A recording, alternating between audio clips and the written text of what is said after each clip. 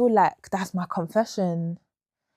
These are my confessions. Because you don't want to be in a boat where two people are paddling, but I'm going backwards, you're going forwards. We're trying to go somewhere. Pursuit should be guided with wisdom.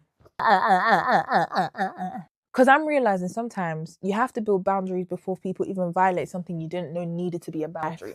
But anyway, guys, it is CONTEH'S Corner. It's CONTEH'S Corner. CONTEH'S Corner.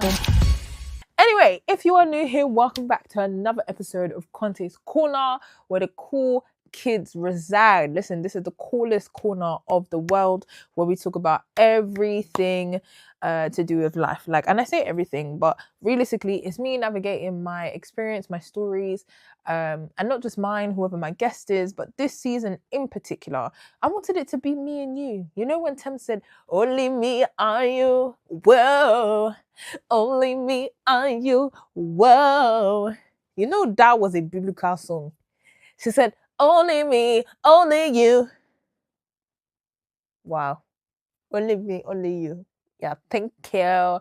But yeah, usually we talk about a bunch of stuff. And every time I come here, I actually plan my episode as I'm about to record, because I realized when I over plan, as long as if I don't want it going out, it doesn't go out. That's the beauty of having your own show. Is that if you decide, actually forget it, I don't really want that, cool, that's fine. Yeah. So today's episode, we'll see if it goes out. If it does, congrats. If it doesn't, congrats. But before I do that, if you haven't subscribed and you've been watching me for the last God knows how many episodes, you've become officially an enemy of progress. Okay, you've become an enemy of progression. Okay, and I can't go far with enemies, let alone those that stop my progress. You know what I mean? You could have been an enemy of my diet. You could have been an enemy of my nutrition. You could have been an enemy of my writing. You could have been, but you were an enemy of my overall progression. I just feel like that's the top tier enemy under the actual enemy. That's just who sent you. The enemy. Cool. Anyway, please make sure you subscribe. I feel like it will be fun for us to actually just stay in contact. Do you know what I mean?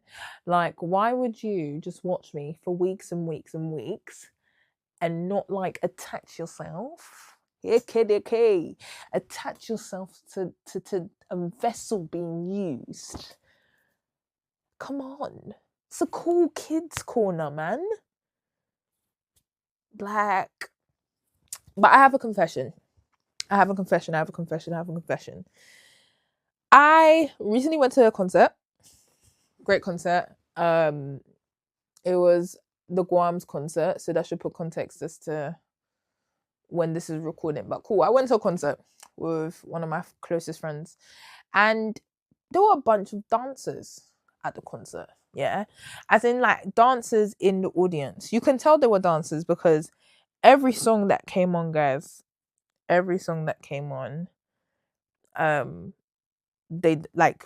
avidly had a routine for it. Now, I want to make this super, super clear. I really respect people that dance. People that can dance well, people that have routine, people that train, people that when they hear music, their body literally can't stop. They have to shake an arm, an elbow, a leg, a kneecap, an ankle. I really respect it. Really, really, really do. I find my confession has to be, I strongly believe that dancers should confess that they are dancers before they buy tickets to concerts. I feel like there should be a dancing section for dancers, because when we were at this concert, it was there was no spatial awareness. There was no recognition or acknowledgement of the fact that not everybody is a dancer. And also the type of music it is really shake waist, shake leg. It's not like a choo choo choo choo choo. Do you get it? It's not a choo choo choo choo choo. So everybody needs to choo choo, calm down. It's actually okay. At a point I was just love the fact that we have braids, but there was one girl whose braids were just fighting us. And I said, yeah, no, this is bugging me. I gotta talk about it. It's bugging me. It's bugging me. It's bugging me. It's bugging me.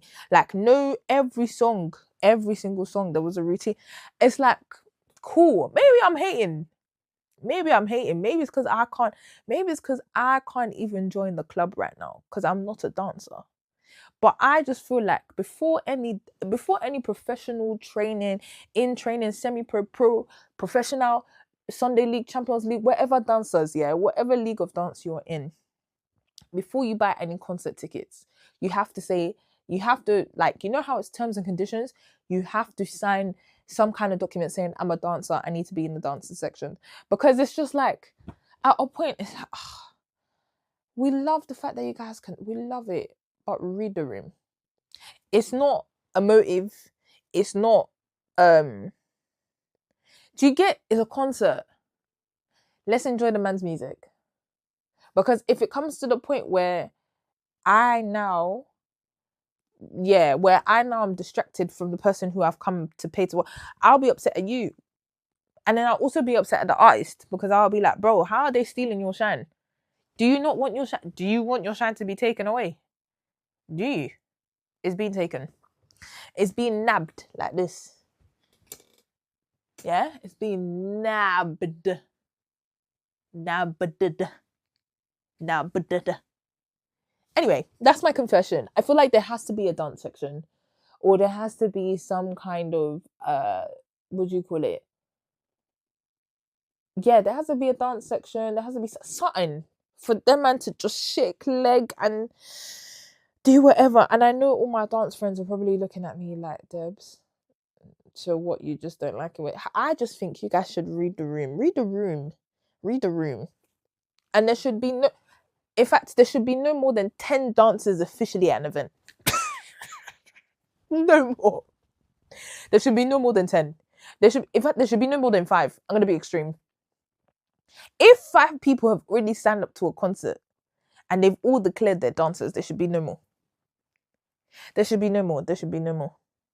And if you lie and we see you dance at the concert and there's more than 5 people dancing at, like, there's like dancing, there's grooving. In fact, there's grooving and then there's dancing. There's like shake your leg and then there's routine. Routine, let's keep it there. Yeah. Routine is for those that train, for those that are trying to win a competition, diversity. Do you know what I mean? All them man there, George Simpson or Samson from Brit, all those people that we used to watch. Don't bring it to the concert. Sorry. Especially if the artist is not a dance artist. Like if it's a groove kind of vibe, or if it's like piano or private school, or like if it warrants like dancing, do it. If it doesn't warrant it, and you want to bring unwarranted territory to I feel like that's my confession. These are my confessions. I have my trusty green book that I was gifted. If you know, it's actually really like green, because why is my wall green and my book green? Anyway, my other green book, I'm using it actually for something else, but I realized I might as well just start planning episodes on here rather than thinking at the top of my head, which I haven't done, but it's just, unfortunately, my laptop's not working. That doesn't mean anything to you. I'm just rambling on. If somebody would like to, Apple or anybody, if somebody wants to like actually sponsor me with like a MacBook so I can edit really well, hopefully by the time these come out, like, it will be fine. What else? Nearly 1 o'clock. That's fine. Cool. I feel like people need to read the room when it comes to reading signs of romance. Yeah. This is on both ends. Yeah. Whether you like man, whether you like woman, I just feel like if somebody is not feeling you, you will know. And this is coming from someone that has been on both ends of the spectrum, okay? like Like, and I say this as an encouragement that I feel like, and maybe I don't want to actually specify it to the Christian community because that's not fair, but I feel like a lot of people don't know how to read the room, especially when a girl is giving you blatant signs she doesn't vibe with you and you're not here. Like, I'm not even the only one. I've heard stories, horror stories of people just not understanding when the conversation dies quick, or when the answers, sorry, are short, or when I'm not replying, or when there are certain signs that somebody is not interested. Use wisdom. Use wisdom. That's what I wrote here. I wrote here, signs and obvious notes. Sometimes pursuit should be guided with wisdom. Wisdom is actually free. I feel like I say this so much. Wisdom is so free. In James, it tells us to actually just ask for wisdom. And it's funny because one of my friends also said, bro, wisdom is literally knowledge applied. So you have the knowledge of the babes clearly giving you signs that she doesn't mess with you, or the guy giving you signs, guys, that he doesn't mess with you. But yet we're here fantasizing over something that will never be. It doesn't make sense. It doesn't make sense. Guys, it doesn't make sense. Don't be the idiot like myself, yeah, who is thinking about somebody in a particular way or people in a particular way, and there's no clarity, and then I wonder why the person now ends up with somebody else. Wake up. It's the first of them. Oh, that's a terrible song. Anyway, like, what were you expecting? I just feel like if the signs are English. If the signs are obvious, yeah, and they're not giving you any kind of vibe, they're not really trying to hang out with you. The only real spaces you see them in is in collective spaces, and they haven't tried to especially with us that are literally in our late 20s and going to 30s. Guys, it's no longer child games. Our age mates are getting married. Our age mates are having kids. Our age mates are having mortgages. Our age mates are having pets. Like, I need people to wake up. Okay? And I'm talking seriously. Whenever I do this, I'm talking to myself.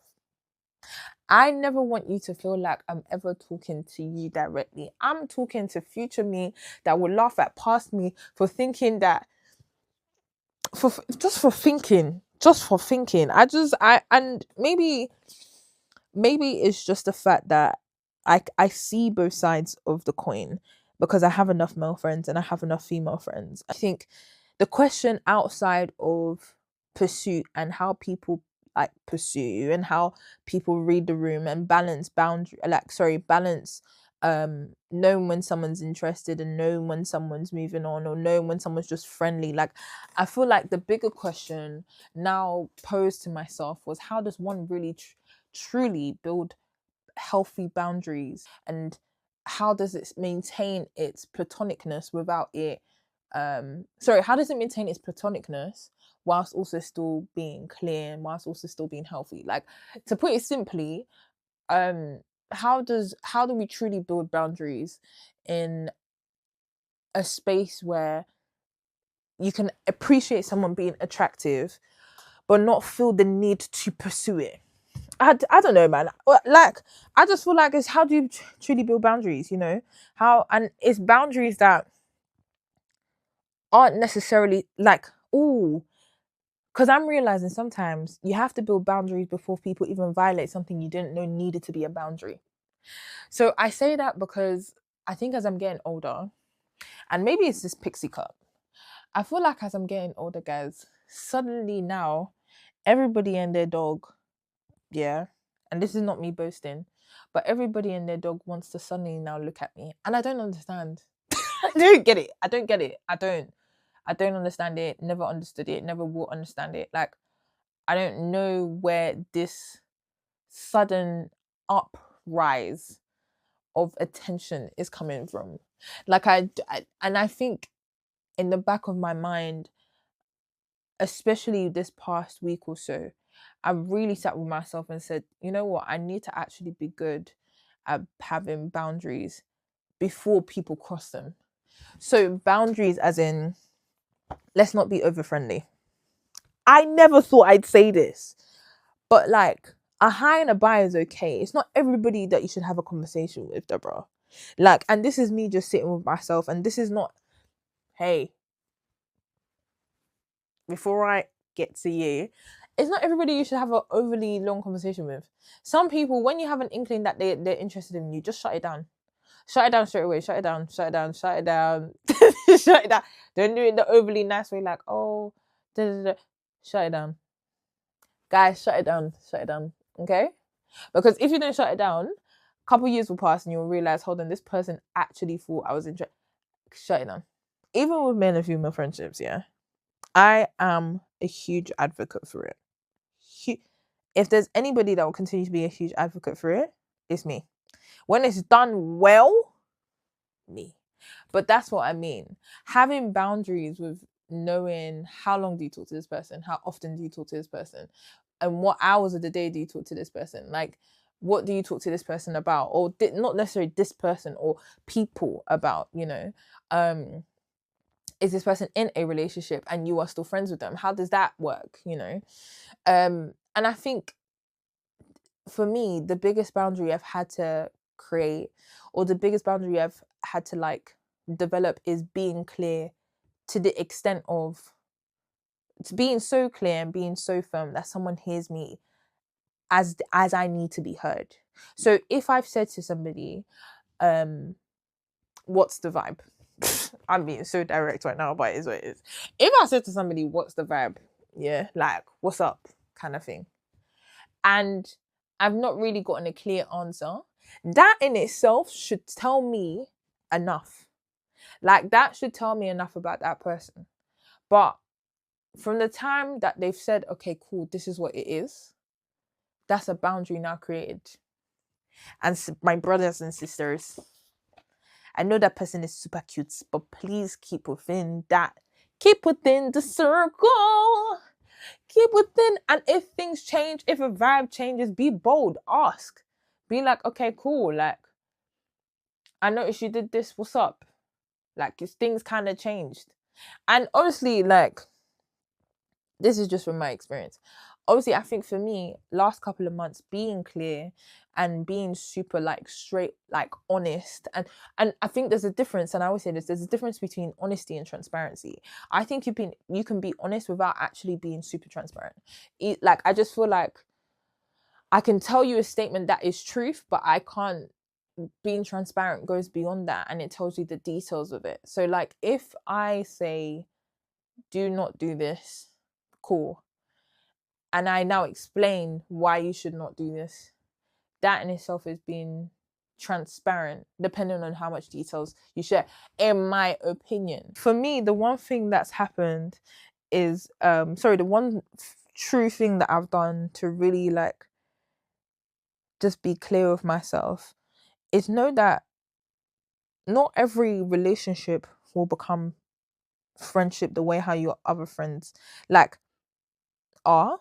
And it's not every kind of person that you meet, or every person you meet, that should be your friend. And that's okay.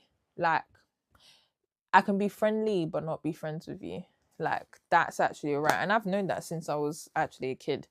Like, I can be friendly with you but not be friends with you. So the boundary has come between knowing how to not overcheck, or knowing how to not overtext, or knowing how to not like over meet up and stuff like that. And I have a really big heart, so it's definitely hard for me to sit here and pretend as though like it's easier said than done. Like, how, especially as a youth leader, like the tendency is to spend time with people and check on their well-being and check on their hearts and check on how Christ is doing in their lives, and see how best we can help each other and all that fancy stuff. But also, it's like, sometimes it's okay to not know. It's okay to not go deep with everybody you meet.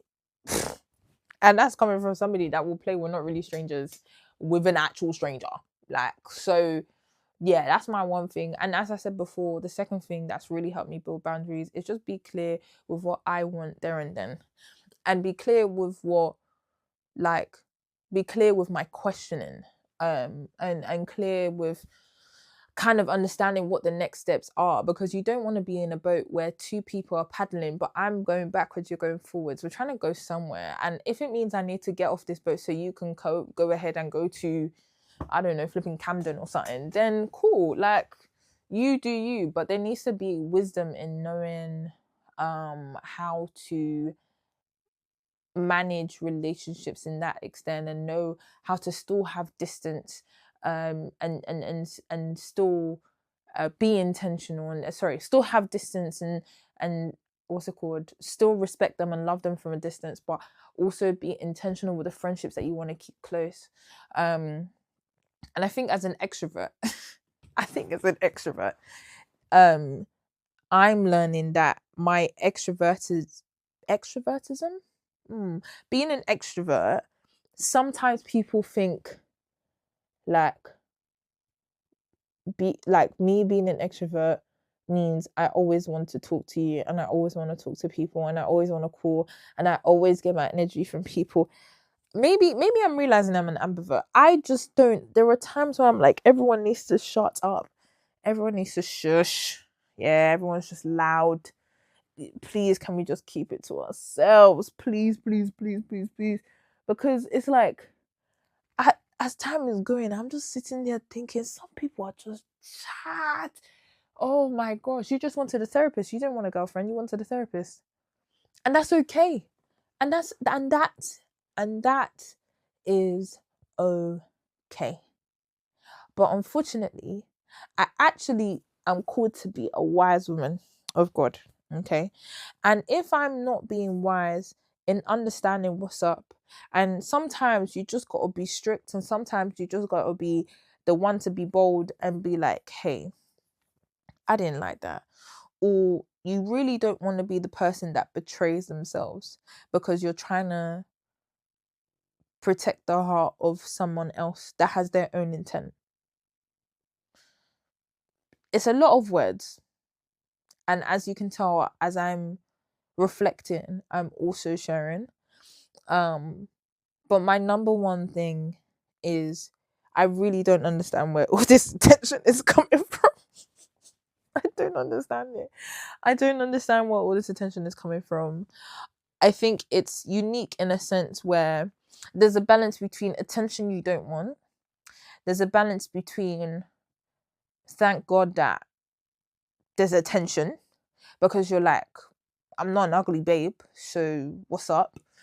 But then also there's attention, not gaining attention from those that you do want, or gaining attention from those that you did want, but unfortunately because of circumstance, or because of characteristics, or because you've seen something, or because God has revealed quickly that that person cannot be in your life, you just sit there and you think, Ross, we're back to the drawing board again.